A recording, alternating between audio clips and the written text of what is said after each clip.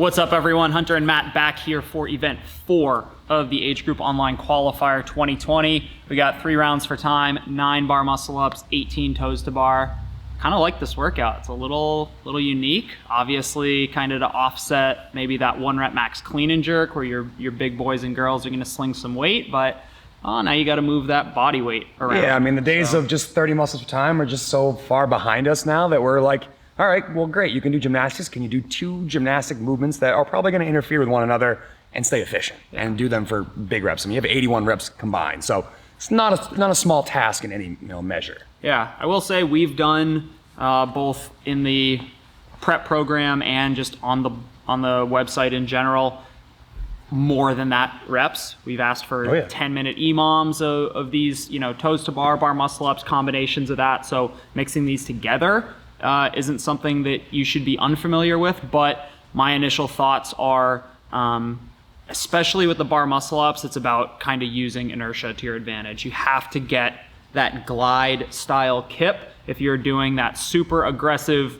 really violent kip because you're directly under the bar and you're trying to loop around. Your grip, your pull, your lats, being able to push behind the bar and your toes to bar are going to be exceptionally significantly more difficult. I'll say the gymnastics in this workout are about using free potential energy. You can jump into your bar muscle ups, you can fall from the top, you can capture a bunch of free energy without muscling your way through it. Now, if you were just doing 9 bar muscle ups per time, you might go with that more muscle, intensive strategy where you're not using that to your advantage. But you're looking at a piece where if you're not efficient and not using free energy, you're working harder than you need to, you're probably going to be toast after 1 round, which is, what we're trying to survive here is you get 3 of these. Yep. I think you talked about it a second ago before we kind of started rolling here, but breaking up the toes to bar early, I don't think there's a problem with that. It's way easier to knock out a set of 3, 5, 6, whatever it is, turn around, flop those grips back over and do it again. Bar muscle ups require a little bit more kind of energy expenditure to do that, but breaking up these movements early, I don't think is going to be a bad strategy. We always try to harp on, use past experiences to help dictate your training or how you approach a test like this. We had an open workout years ago that had 50 toes to bar in it, and it does you absolutely no good to do 15 out the gate and then stand there and go, well, I got to wait 90 seconds for my toes to bar to recharge. There's absolutely no issue with doing, 6 toes to bar, turning around, 6 toes to bar, turning around, 6 toes to bar, quick chalk up on the pull-up bar into your bar muscle ups versus trying to hang on for 10 to 15 reps to start and then going, all right, well, great, I got a big chunk done, but now I can't do bar muscle ups. So it's just, you gotta know yourself. You have to know what you are capable of when it comes time to be able to get into that 2nd and 3rd round. You can't overextend yourself early, because we haven't even talked about the soreness factor that's going to occur here. If you are forcing those toes to bar and you cook your midline, it's going to be really hard to turn around in a 48-hour window and retest this again. And then within the moment, if you cook your grip in round 1, round 2 and round 3 aren't going to go all that well. Yeah, for sure. I think again, common thing, both of these have an aggressive hip closing element, both getting your knees and feet up to the bar for the bar muscle ups, and then obviously bringing those knees up and flicking the bar.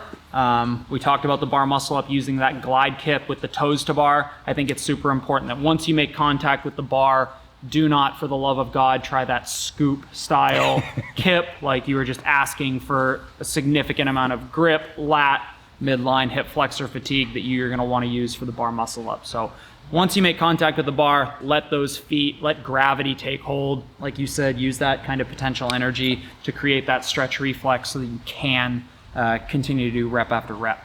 At the end of the day, 81 reps of 2 relatively similar movements that are going to interfere with each other a lot. It's going to be the best strategy, I think. Let's see how you do. Yeah, let's see. Tune in, guys. Tune in. Good strikes. Giddy up. 1, 2.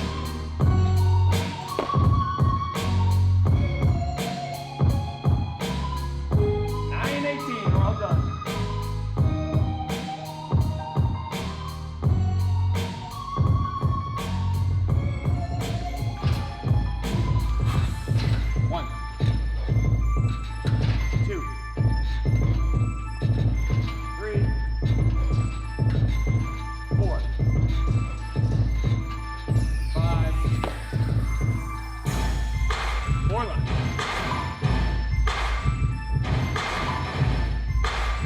Grinding.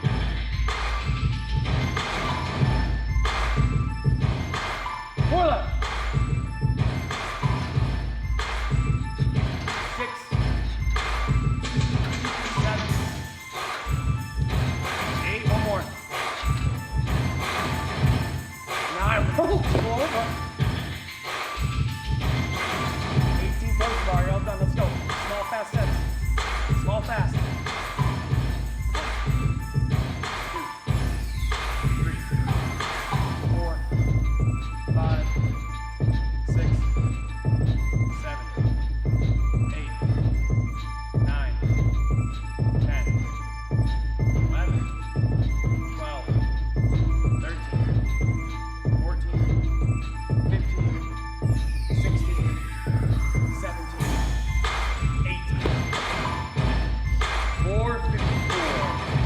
All right, we just watched Hunter hit event 4 of the age group online qualifier. 3 rounds for time, 9 bar muscle ups, 18 toes to bar, with a I would say a very impressive score. I thought you did a really good job of managing rest periods and, knowing yourself as an athlete and attacking it with a good strategy. Didn't really catch you standing around too much. Yeah. You the one time I did notice your break, you did that intentionally to allow yourself to be a little bit, more efficient at the end and do a bigger set. But what are your initial thoughts on it? Yeah, I mean, I think this is definitely one where you have to go by feel, like within the workout. You can obviously have a plan ahead of time. It's by no means an unbroken challenge.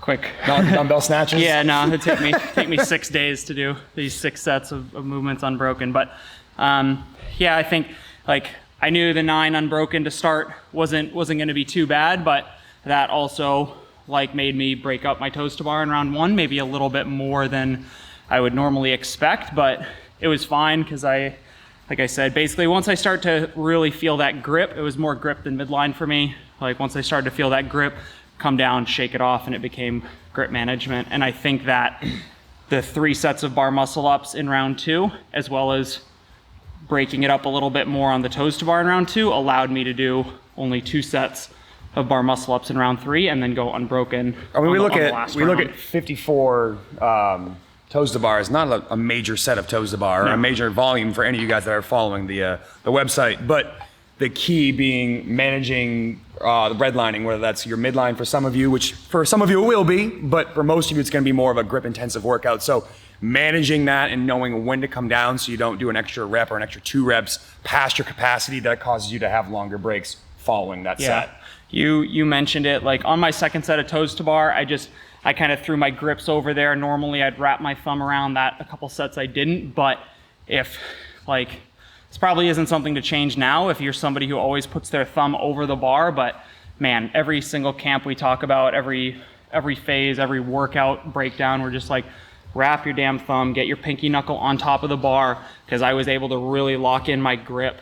And if I hadn't and I was rotating my hand all over the bar, my grip would have been fried and I'd probably still be working out. I mean, to me, that having your hands moved and your toes to bar and bar muscle ups is no different than how your arches cramp up if you're doing box jump overs or skiing and you're doing this shuffling side to side with your feet over and over again. Right. You just have unnecessary movement you do not need. So if you can lock yourself in, you stay connected to the bar a little bit, you're going to improve your efficiency and you'll improve your ability to do fewer sets and stay moving the entire time. Yeah. Just comes down to knowing yourself. I would just come off that bar, kind of like the handstand push-ups in that third workout. Come off the bar before you hit failure. Do not hit failure. You're going to be standing around for a long time. Small sets is fine. Super easy to turn around, hop up, do another couple 2, turn around, hop up, and just cruise. Yeah. This is another one of those, your strategy could add, take off 30 seconds off your time. So as long as you don't shred your hands and you're efficient in your first go, you have the opportunity to do a second one. I mean, your hands feel all right? Totally no issue there. Nope. Those of you that have been practicing it should be no problem. But, after you take your first run of this is definitely one you could retest with a better strategy and, learn from your first go to influence your second go on Sunday or Monday. Yeah. All right, guys, that's it for event 4. Make sure you check out event 6. We're not going to do event 5, which is that 1 rep max clean and jerk. Hopefully you guys know how to execute that, but head to misfitathletics.com for primers, the recommended schedule for the weekend, and for tips over the course of the weekend. We'll be coming at you through Instagram. Good luck.